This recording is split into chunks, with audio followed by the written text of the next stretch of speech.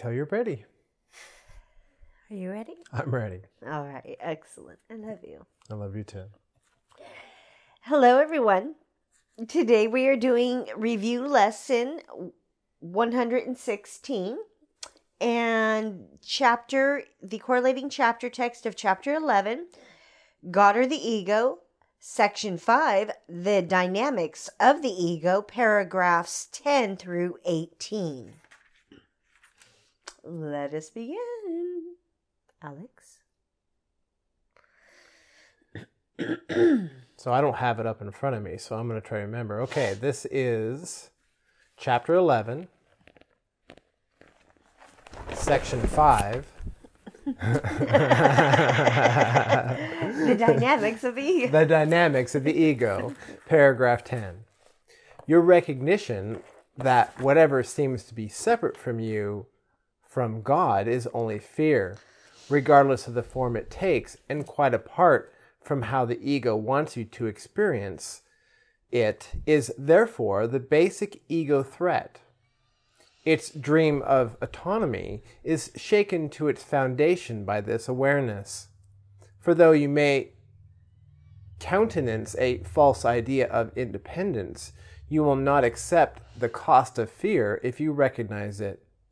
Yet this is the cost, and the ego cannot minimize it. If you overlook love, you are overlooking yourself, and you must fear unreality because you have denied yourself. By believing that you have successfully attacked truth, you are believing that attack has power. Very simply then, you have become afraid of yourself, and no one wants to find what he believes would destroy him. If the ego's goal of autonomy could be accomplished, God's purpose could be defeated, and this is impossible. Only by learning what fear is can you finally learn to distinguish the possible from the impossible and the false from the true.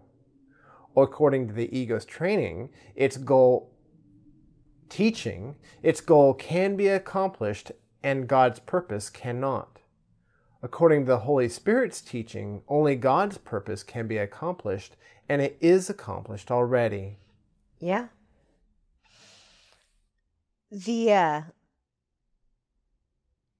As we spoke about in yesterday's lesson in the chapter reading, everything comes back to judgments, that we are afraid to be judged in any way, shape, or form.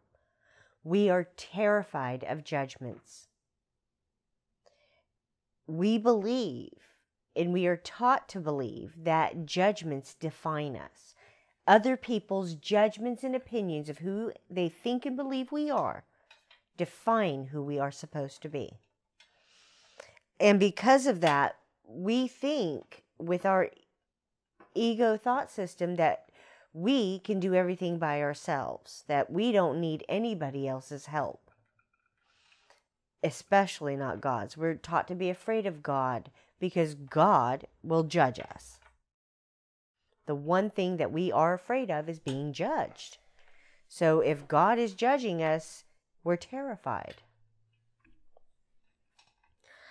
And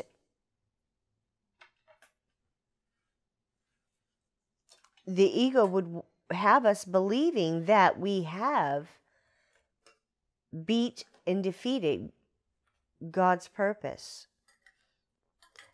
That we can overcome and know more and be more than God is. And that simply isn't possible. These things that our ego has us believing are all lies that have been taught to us since we were born. And it's taught to us just as it was taught to our parents and our grandparents and all of our ancestors. Somewhere back there in the beginning, somebody made a choice to believe that they needed to control somebody else. And they used manipulation through judgments. And that has been passed down from generation to generation. And all of those judgments were made out of fear. Please continue. 12. God is as dependent on you as you are on him, because his autonomy encompasses yours and is therefore incomplete without it. You can only establish your autonomy by identifying with him and fulfilling your function as it exists in truth. The ego believes that to accomplish its goal is happiness, but it is given you to know that God's function is yours, and happiness cannot be found apart from your joint will. Recognize only that the ego's goal, which you have pursued so diligently, has merely brought you fear, and it becomes difficult to maintain that fear is happiness. Upheld by fear, this is what the ego would have you believe. Yet God's Son is not insane and cannot believe it. Let him but recognize it, and he will not accept it. For only the insane would choose fear in place of love, and only the insane could believe that love can be gained by attack. But the sane realize that only attack could produce fear, from which the love of God completely protects them. Wow. That said a lot in there.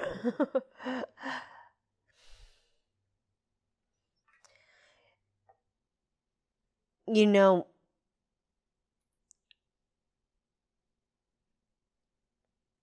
where it says here in that first sentence, God is as dependent on you as you are on him,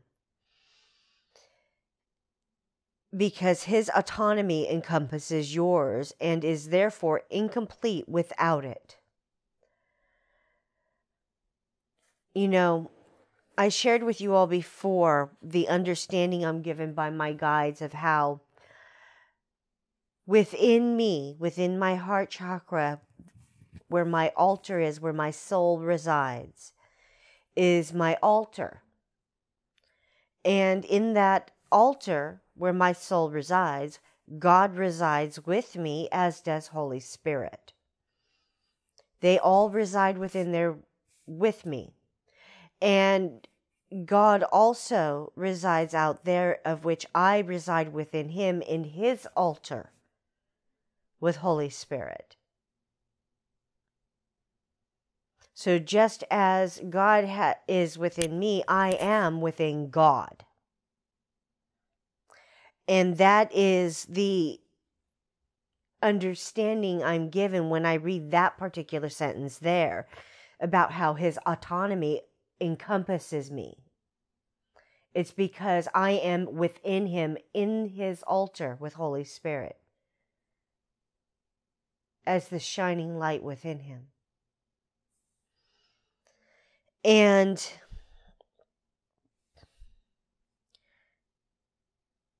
it's only when I chose to understand and accept that he is within me as I am within him that I could truly accept my own autonomy.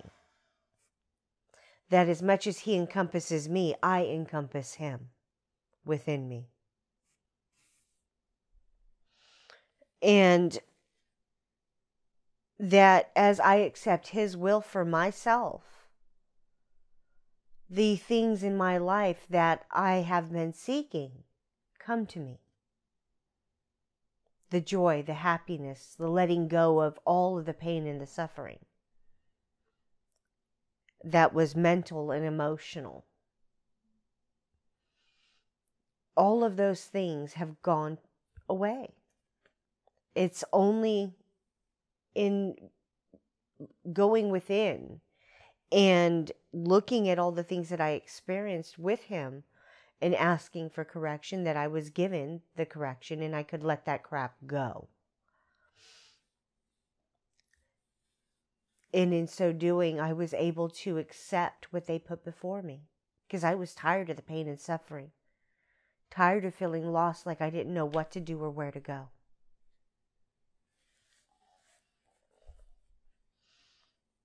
And now I recognize that when I believed the things that I believed before, I was insane.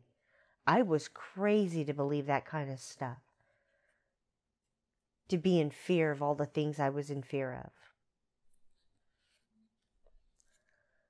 And it's only as I've let go all those beliefs and have chosen to see the truth for what it is, that I'm able to see my brothers where they're at and accept them where they're at without judging them.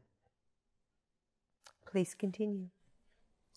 By the way, I read ahead on this next paragraph a few sentences, and I believe this is another one of those sections in the course, another paragraph in the course, or at least the first part of this, the first sentence, that is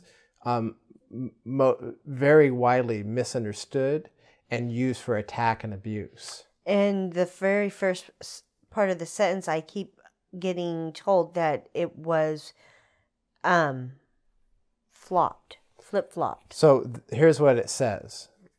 Paragraph 13. First sentence is, the ego analyzes, the Holy Spirit accepts.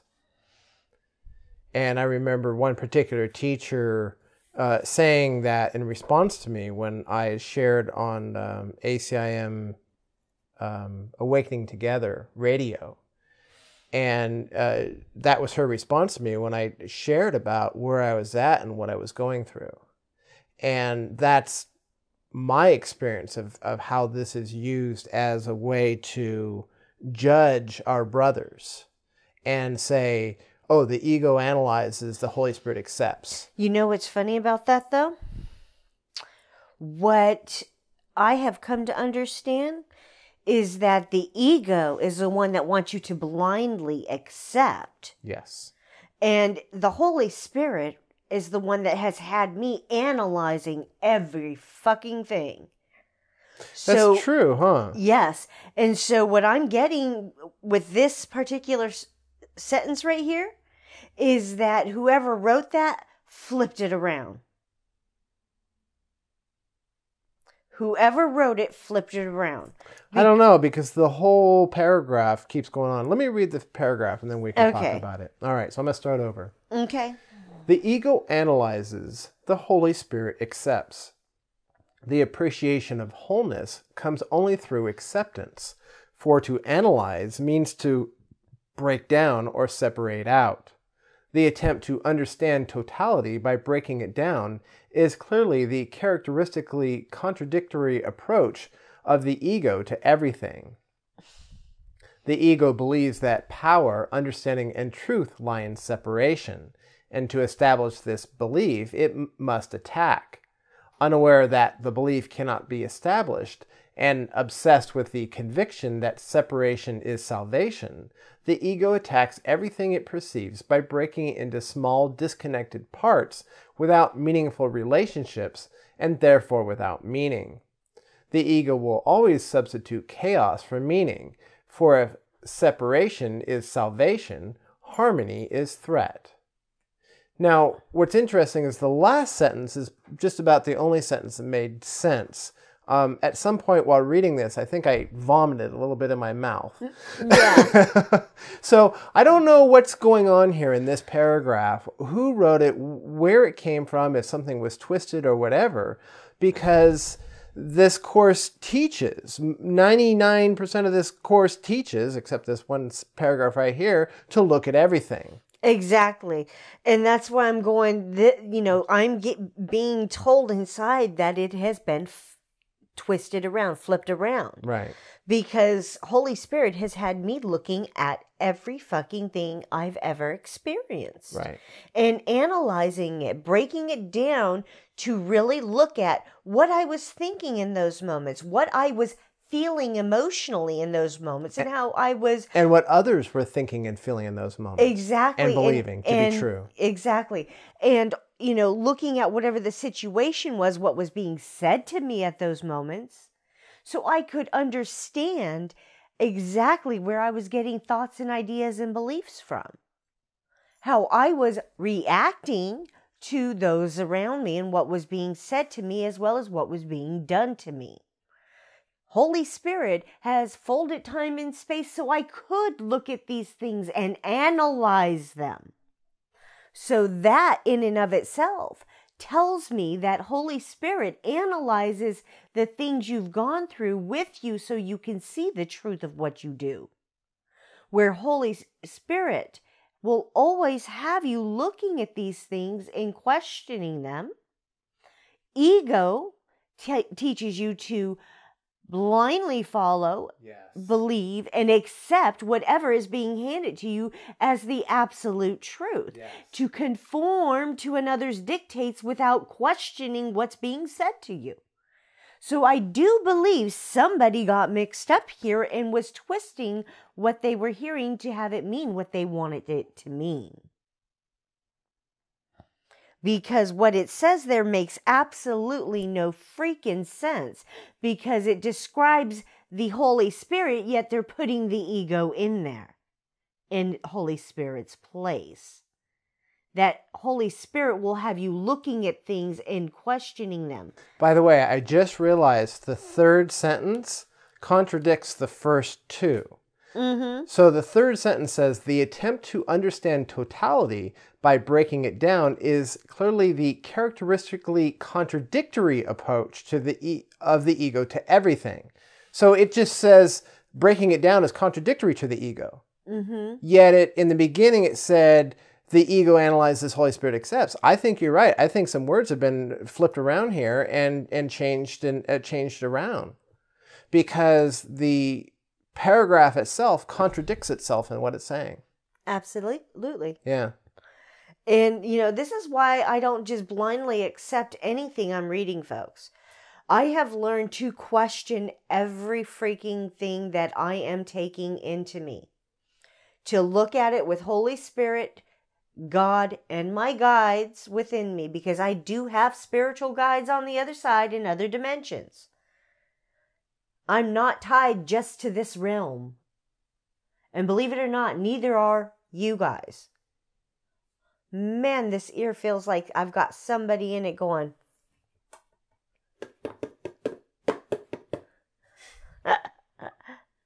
It's an interesting feeling to feel like somebody's talking in my ear, and I can feel the pressure on my eardrum.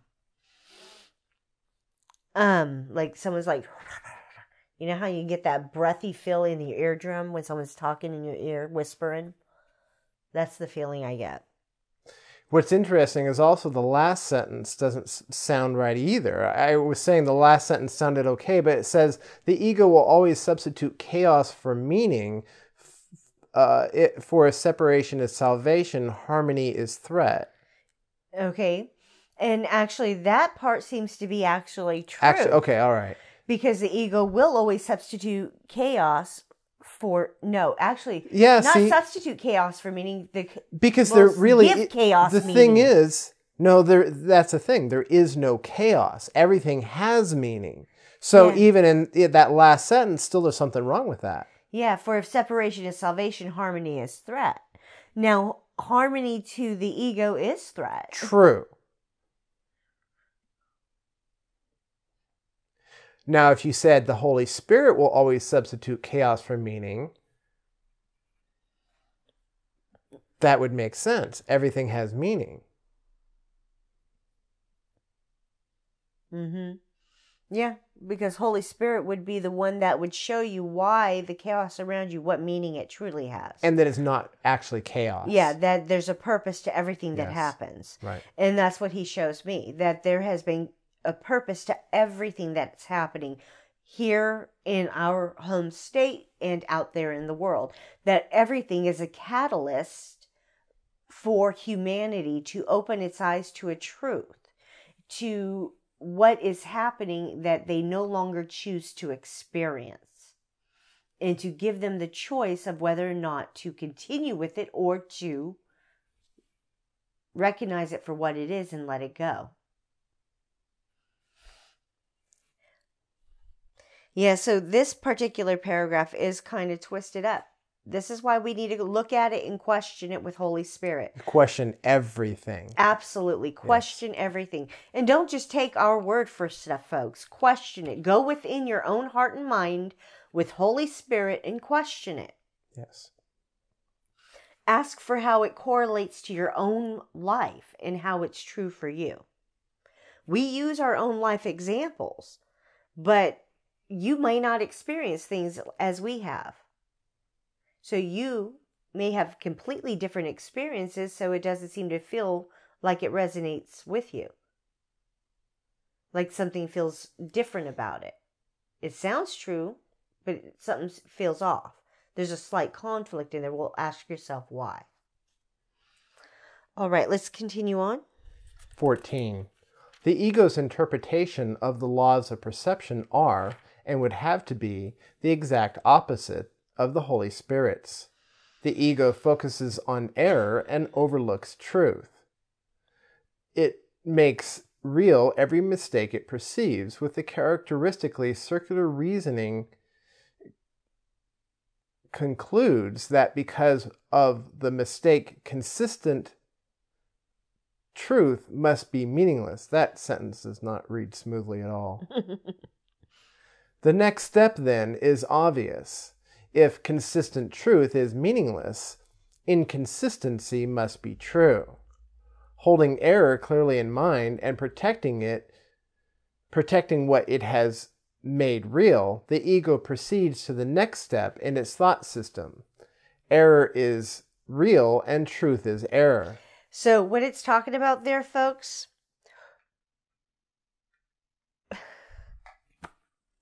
the ego focuses on error and overlooks truth. It makes real every mistake it perceives, and with characteristically circular reasoning concludes that because of the mistake, consistent truth must be meaningless. It judges. That's what it's telling you right there, is it's judging.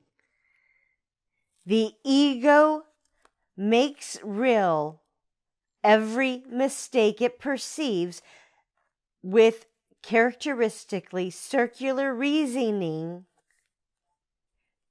characteristically judging it to be something it's not, and concludes that because of this mistake's consistent truth, that judgment seems to always come true because that's how they judge it and perceive it.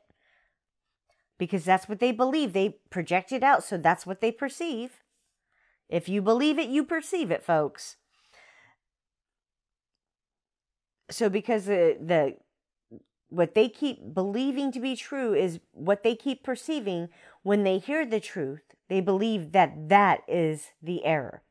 Now, what comes to mind for me with this is the fact that every single one of the ACIM teachers I have ever come across out there, or the people, I should say, that are self-proclaimed teachers with titles such as minister and reverend and blah, blah, blah, and blah, blah, blah. Yeah, all of them have told me time and again, you're wrong, you're doing it wrong, you're mistaken, you need to do it like this.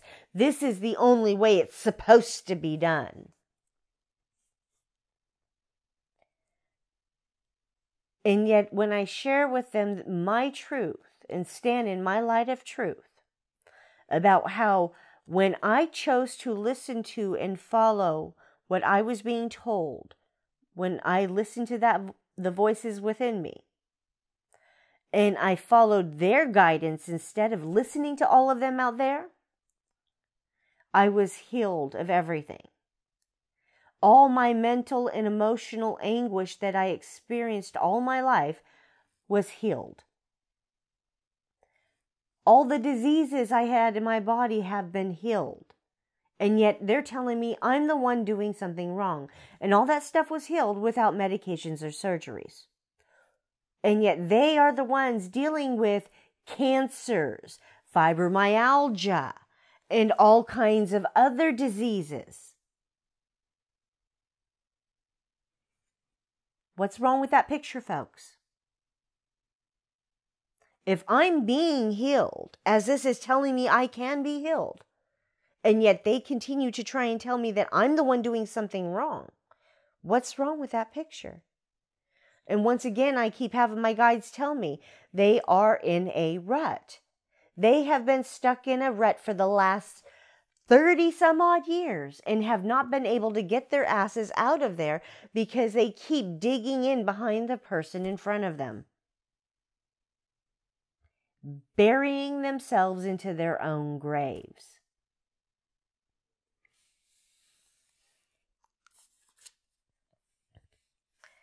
Holy Spirit will give you the keys and the hand up out of that rut if you choose to listen to what He's telling you. Please continue. 15. The ego makes no attempt to understand this, and it is clearly not understandable. But the ego does make every attempt to demonstrate it, and this it does consistently. Constantly. Analyzing to attack meaning, the ego succeeds in overlooking it and is left with a series of fragmented perceptions which it unifies on behalf of itself. This then becomes the universe it perceives, and it is this universe which in turn becomes its demonstration of its own reality. Do not underestimate the appeal of the ego's demonstrations to those who would listen. Selective perception chooses its witnesses carefully, and its witnesses are consistent. In the case for insanity is strong to the insane, for reasoning ends at its beginning, and no thought system transcends its source. Yet reasoning without meaning cannot demonstrate anything, and those who are convinced by it must be deluded. Can the ego teach truly when it overlooks truth? Can it perceive what it has denied? Its witnesses do attest to its denial, but hardly to what it has denied. The ego looks straight at the Father and does not see Him, for it has denied His Son. Now, you know what that brought up for me? That movie we watched, was that Oh God, Book 2 or something like that? Where they judged the little girl as insane, yet in all the tests that she was doing, she passed the test perfectly. Mm-hmm. And it was all because she was saying that she was speaking directly to God, seeing God. Right. And so where it says the case for insanity is strong to the insane. Mm-hmm. So who's the insane ones? The ones calling her insane. Absolutely. Yeah. And, it's the ones passing judgment. Yes. They're the ones that are insane. And this is part of the reason why, in all of the different religions and spiritualities out there, folks, they say, do not judge. Do not judge. See yourself in your brother and your brother within yourself. See how you two are exactly the same, reacting and doing the same. And that keeps getting twisted in so many ways. And it's being used as a control mechanism in many ways as well. That if you're not acting and doing like this other person, then you're doing something wrong. And that's how the religions out there use it as a tool of control and manipulation.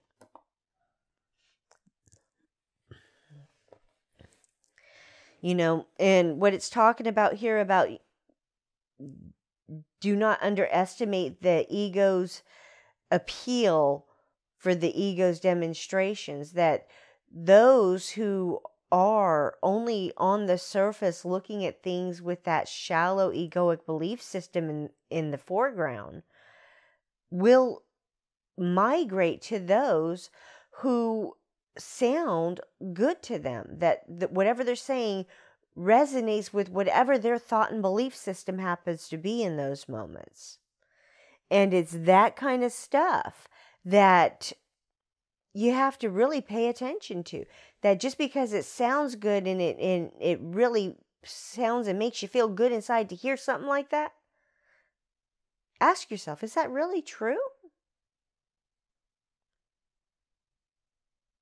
Do I really deserve what they have over there? Do I really deserve to be able to go in and take that from them because I have every right to whatever they have? That doesn't really resonate for me. Sounds good, Sounds great to, be able to go into some billionaire's house and just help myself to whatever is there and say, you have more than enough. I can have some of yours now. It's my share. Here's my share of your stuff.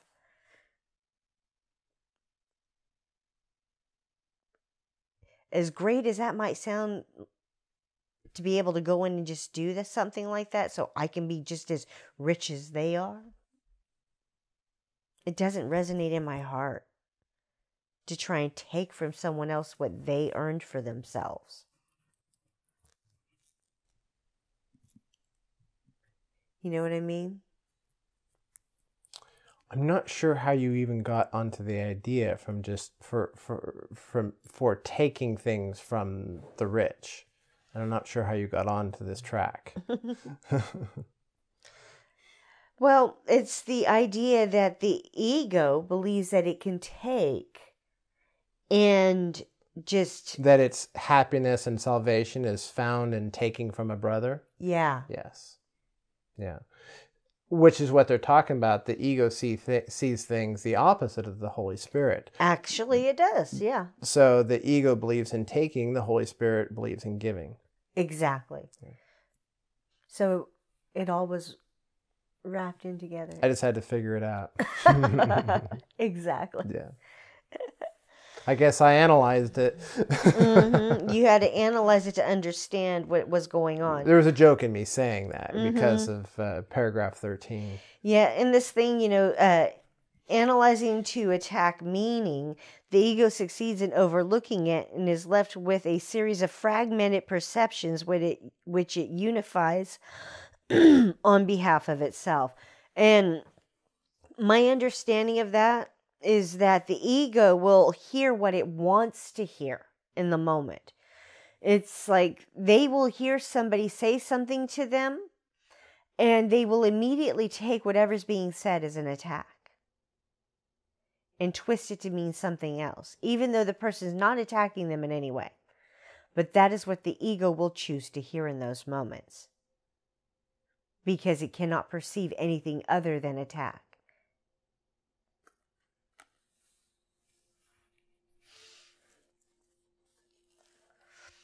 And that's what many of our brothers out there keep doing.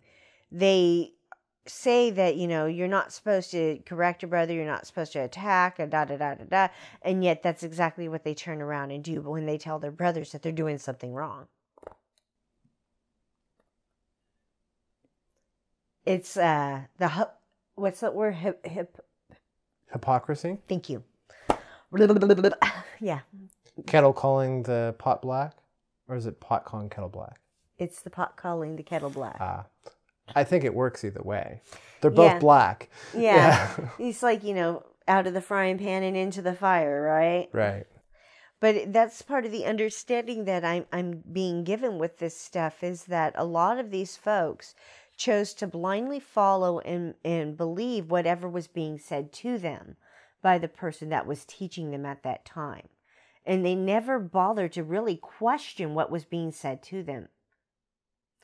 And they chose to then teach what they learned, extend what they learned from that person who is listening to two different thought systems there. They were vacillating between two different ones because they were wrapping their ego judgments in with the Holy Spirit stuff. And so they extended that confusion to their brothers, taught that, and their brothers are now extending that confusion and extending it and extending it. And people are wondering why the hell they can't get out the fucking rut they're in. All right, please continue. 17. Would you remember the Father? Accept his Son, and you will remember him. Nothing can demonstrate that his Son is unworthy, for nothing can prove that a lie is true. What you see of his Son through the eyes of the ego is a demonstration that his Son does not exist. Yet where the Son is, the Father must be. Accept what God does not deny, and it will demonstrate its truth. The witnesses for God stand in his light and behold what he created. Their silence is the sign that they have beheld God's Son, and in the presence of Christ they need demonstrate nothing, for Christ speaks to them of himself and of his Father. They are silent because Christ speaks to them, and it is his words they speak. Every brother you meet becomes a witness for Christ or for the ego, depending on what you perceive in him. Everyone convinces you of what you want to perceive and of the reality of the kingdom you have chosen for your vigilance. Everything you perceive is a witness to the thought system you want to be true. Every brother has the power to release you if you choose to be free. You cannot accept false witness of him unless you have evoked false witness against him. If he speaks not of Christ to you, you spoke not of Christ to him. You hear but your own voice, and if Christ speaks through you, you will hear him. Absolutely.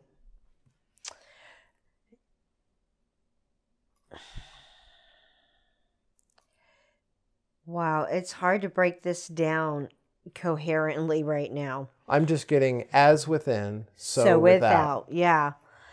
You know, as I have learned to see my brothers within myself and myself within my brothers, as I go within and I look at the things that I have experienced within my own life, all the different things, all the myriad different things at any given moment as a child, I can see where those judgments and beliefs that I chose to take on in those moments are now or have now been playing out in my adult life. I can see where those dots connect one to the other. And as I have looked at these things to see where everything was interconnected, why I'm reacting to stuff this way in this time and day, when it's been years since I've had any of those types of experiences, why would these things trigger me now? And so I would look at these things and see where they correlated and be able to let them go in the moment. Now, part of what it's talking about here is that as I was seeing those things that would trigger me within my own self and how they were connected to these other things I had experienced, and how I would react to certain things as I would watch my brothers out there in the world, observe my brothers and their interactions, and listen to hear where they are truly at in those moments. I was given the understanding of what it was that was happening within them, what thoughts were going through their mind in those moments, because I could feel and sense the emotion they were attaching to the words they used when they were saying whatever they were saying. Because a lot of times those words are descriptive, directive words that are usually having grappling hooks attached to them. That's the only way I can think of to explain what I see with it. And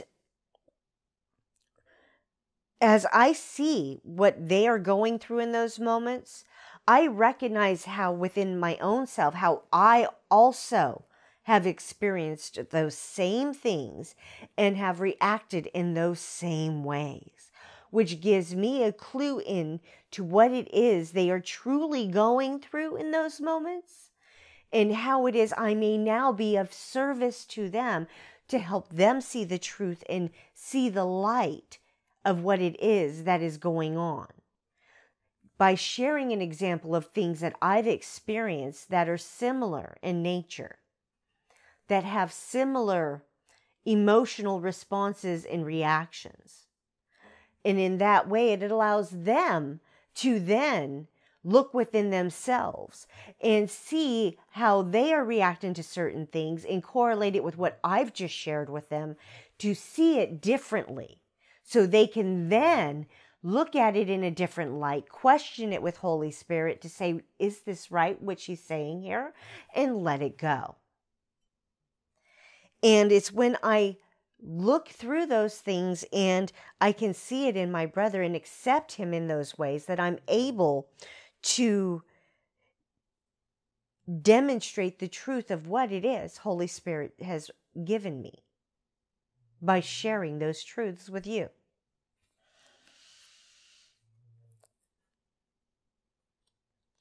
And, I can remember a time where my ego had me believing that I didn't exist, that I was just a figment of everybody's imagination,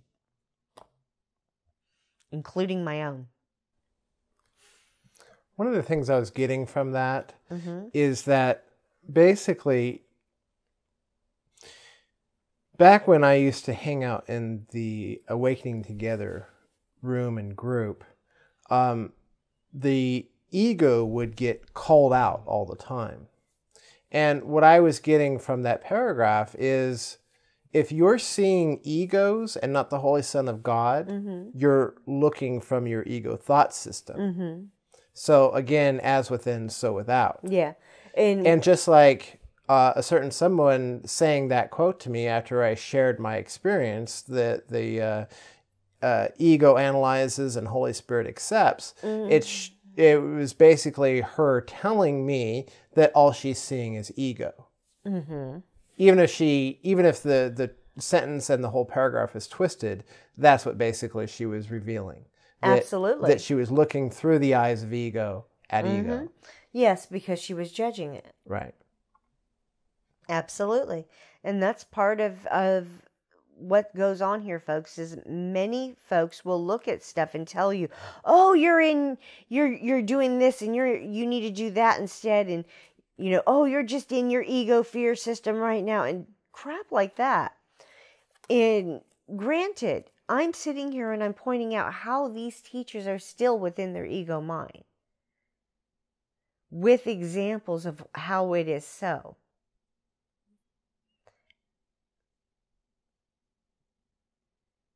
In the moment when I'm dealing with these teachers, I am also sharing with them truths and saying, that's a concept misperceived. I think you may have a misperception that you might want to question. See, that's not seeing ego. When you're saying that somebody has a misperception, that's not seeing ego. I know. And that's what I clarify with them, that they have a misperception. I'm not telling them that they're being an ego or that they are their ego or anything of that nature. Right. I'm not making real their ego. I'm simply sharing with them that they may have a misperception. Yes.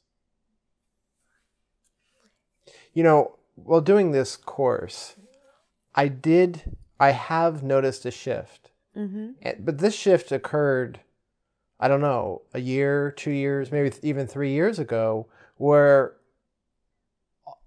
it was the first year. I was practicing, whenever I would look at someone, I would say, there's a Holy Son of God. And everyone I would look upon, I would remind myself, that's a Holy Son of God. And didn't take very long of doing that, I didn't see egos anymore. All I see are Holy Sons of God. They simply misperceive who they are and who their brothers are. Absolutely. And as it says here in 18, in that first sentence, every brother you meet becomes a witness for Christ or for the ego, depending on what you perceive in him. Now, what that is speaking of, folks, is whatever way you are choosing to think and perceive. If you choose to judge your brother as being an ego, then that is all you will be able to extend to them as ego thoughts and beliefs. Yet, if you are choosing to see your brother as being a Holy Son of God who is simply is holding a misperception, then you are seeing them as your equal. You're not seeing them as being something they are not.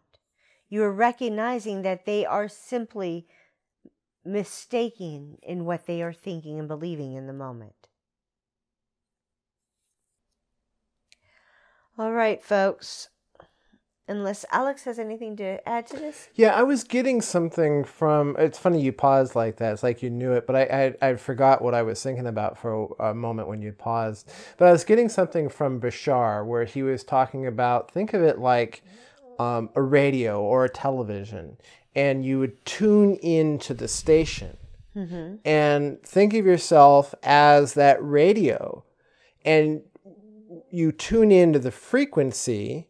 And the only thing you can perceive is that which matches the frequency of what you are. So as you turn into the frequency, a lower frequency of ego, all you see are egos. As you raise that frequency of, I am a holy son of God, and you believe it, and you look upon the world, all you see are the holy sons of God. Yeah, it's true. That's just another way of looking at it. Yeah, it's like, as you know, just as Alex just shared there, that's how he has been shown to look at things. For me, it was me going within and seeing how I reacted and did everything, and then I could see how my brothers are reacting to everything. It's like when I could see it in myself and witness it within myself, how I thought and reacted to stuff, how I was believing in things, I could then witness it within my brother, how they were choosing to think and believe about things and understand where they were at in that moment, why they were where they were, what beliefs they were holding on to,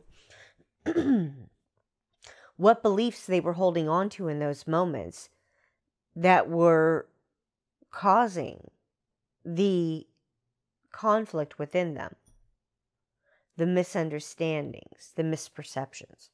So as I was able to look at these things that I had experienced, I could see where my brothers were experiencing the same things. And then I recognized also in those moments how, well, if I'm thinking and believing those things and they're thinking and believing those things, then that means that we were both taught the same things. You know, something that is being brought into my attention again and again and again, and more and more and more and more, is that my brothers seem to stay on the surface. And they keep running headlong at an iceberg, thinking that it's just this little tiny thing that looks like maybe something about the size of this table above the water, and they're not thinking anything of it, not realizing that what's below that little tiny thing here is something that's the size of my freaking living room, and that as soon as they go and hit it, it's going to sink them like the Titanic. And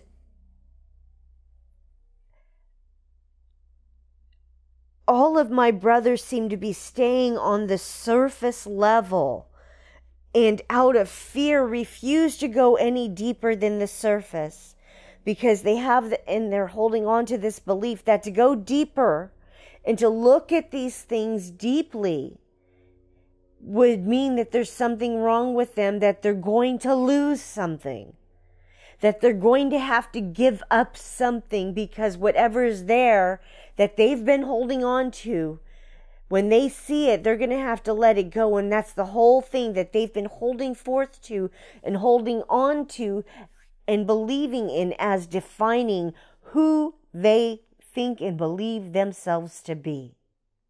And this, my brothers, is what it is that you must be willing to go diving deeply for and looking for within you. This belief that has you believing you are this limited, tiny, infinitesimal thing that has no worth and no value. Please be willing to look at this thing that you are choosing for yourself and believing to be true about you. Because as you believe it to be true about you, you believe it to be true about your brothers and the world itself.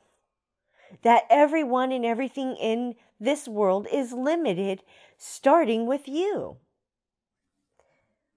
And it's not until you choose to let go that belief in yourself being limited and wrong and bad and unworthy that you will be able to see your true value and worth, and who you truly are within, and let it go.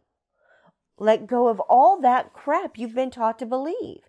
And once you let it go, you can then extend those truths to your brothers and allow them to see the truth within themselves of who they really are.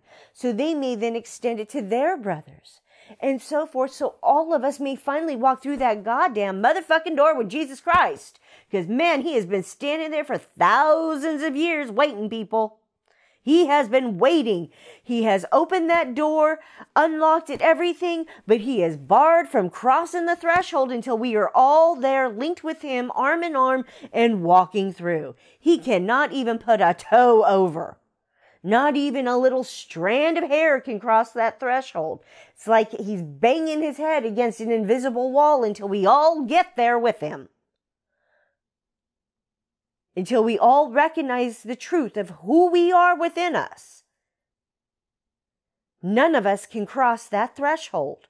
And believe me, my brothers, there are many that are standing there with Jesus waiting for us to get a clue.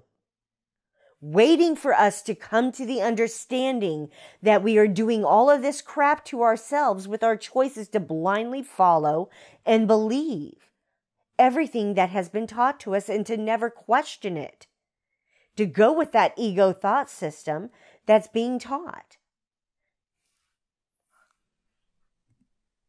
Well, that was powerful.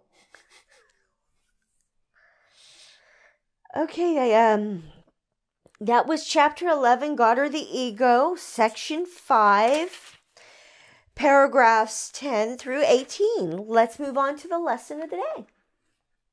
By the way, that was channeling. Workbook Lesson 116. Review of Lessons 101 and 102. For morning and evening review. God's will for me is perfect happiness. God's will is perfect happiness for me, and I can suffer but from the belief there is another will apart from His. I share God's will for happiness for me. I share my Father's will for me, His Son. What He has given me is all I want. What He has given me is all there is. On the hour, God's will for me is perfect happiness. On the half hour, I share God's will for happiness for me. Excellent. Thank you. You're welcome. So,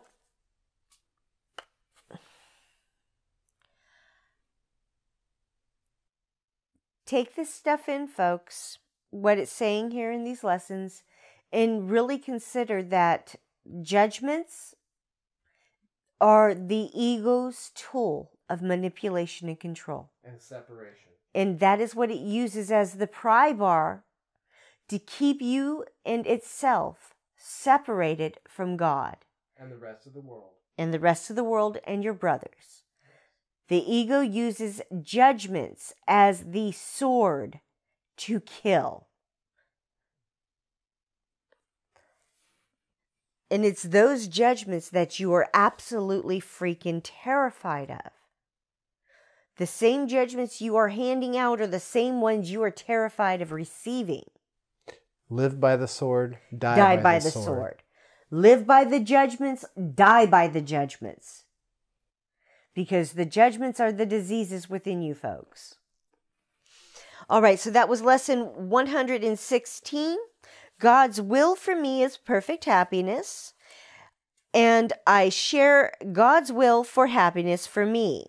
On the hour, God's will for me is perfect happiness, and on the half hour, I share God's will for happiness for me. Put it into practice, folks. Put it into practice. See how it correlates in your everyday life. In the everyday experiences you're having. See how it is that you're making the choices and decisions to think and believe as you are choosing to do. Recognizing that you're the one making those choices and decisions and holding those beliefs to believe as you are. So that was lesson 116 review. God's will for me is perfect happiness, and I share God's will for happiness for me. And the correlating chapter text of chapter 11, God or the Ego, section 5, the dynamics of the ego, paragraphs 10 through 18. Thank you for joining us today, everyone. My name is Sabrina Reyenga. And my name is Alex Reyenga. Hugs, love, light, and blessings on your journey, my brothers. You are loved. We love you. Please do the work. Please go within and question everything we share with you. Do not blindly accept, follow, and believe anything that we say to you. Question everything. Recognize we do share truths with you. We lay it before you. It's up to you to pick it up and accept it and to question it. Share your truth with your brothers. Stand in your light of truth. Stop accepting the judgments and opinions of those around you. When you are hearing judgments, recognize you are hearing ego. And in those moments, turn away. Say no, thank you. When you're hearing judgments, recognize that those judgments are the very judgments of themselves. That too. So it's not necessary to turn away from them. Turn away from believing it. Right, from believing it, yes. Yeah, recognize in those moments, they are telling you what they think and believe about themselves. Yes. So when I say turn away, I'm talking about don't believe what they say. Turn away from that temptation to believe them. Resist temptation. Yes, resist temptation to believe that whatever judgments and opinions they're giving you is the absolute truth, because it's not. It does not define you what they think and believe. All right, folks, have a blessed day. Please be the light you are meant to be. Please be the light we know you to be. Please be the light we see you to be. Please choose to be the light. Blessings on your journey, my brothers. You are loved. We love you. Have a fantastic day. Bye. Mwah.